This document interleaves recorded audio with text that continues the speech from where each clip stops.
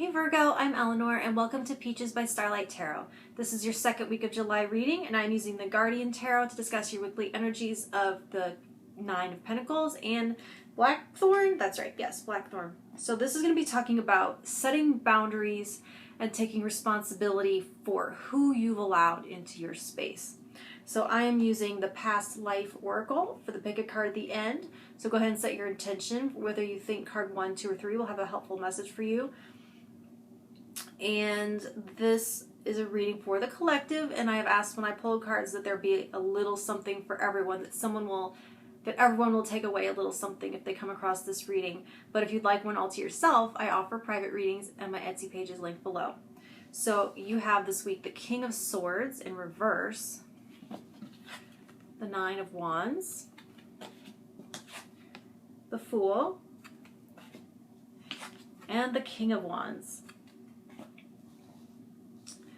So, to get closer to the independence of this Nine of Pentacles, which has a glare on it, okay, you have to set an emotional boundary around a past choice. That's why I've used the past life.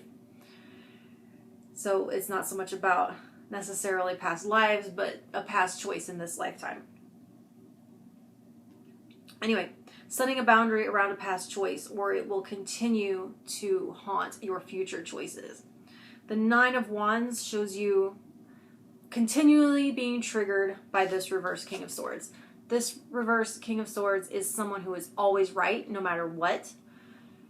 Demanding, authoritarian, their way or the highway. And this is someone that you allowed into your space. And so you have to access your King of Wands within you to move forward and to oust them. This king ousts that king. They no longer have power in your life, but it's showing you continuing to give it to them by projecting your fears and mistrust onto the next person, and they have not earned that.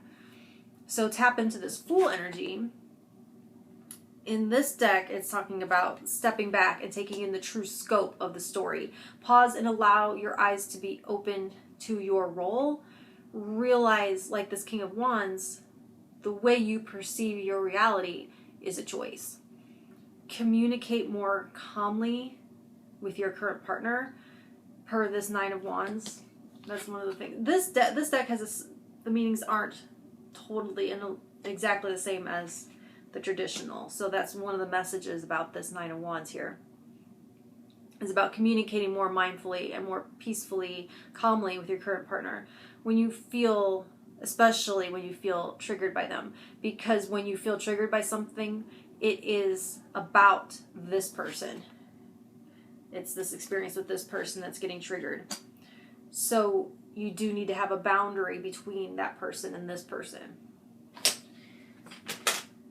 So I do have the guidebook handy for this deck because I don't use it very often. I don't know it like the back of my hand like some of the other ones. So I'll try to use it intuitively, and if I felt guided to use it for you guys anyways. So I might have to use the book to get a little help. All right, let me tune into Virgo.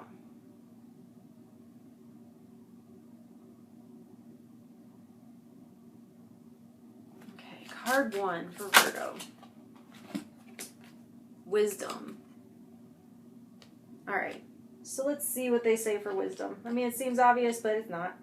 Card indicates that you have tremendous wisdom and knowledge from prior lifetimes that seek to resurface now.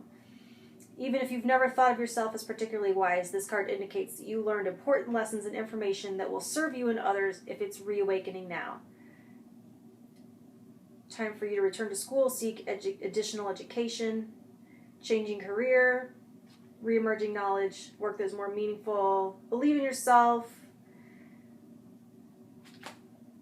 All right. Believe in yourself. That's the King of Wands right there. And that's using past knowledge this is the knowledge, this wisdom. I feel like it's self-awareness of the role that you played with this person, seeing how that person is not this person. How was your interaction with that person different than your interaction with this person? And how can you choose to show up differently and not see like that person's face when that person is showing up a certain way. High priest or priestess. Okay, let's see.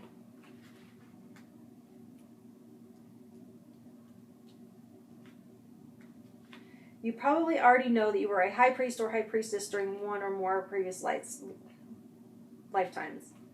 Most people who have held these roles have a conscious sense of it. You've also retained your heightened spiritual knowledge, which this card is urging you to put into greater practice. It's time for you to reignite your spiritual power and use it in service of your divine mission of healing, teaching, and helping the world.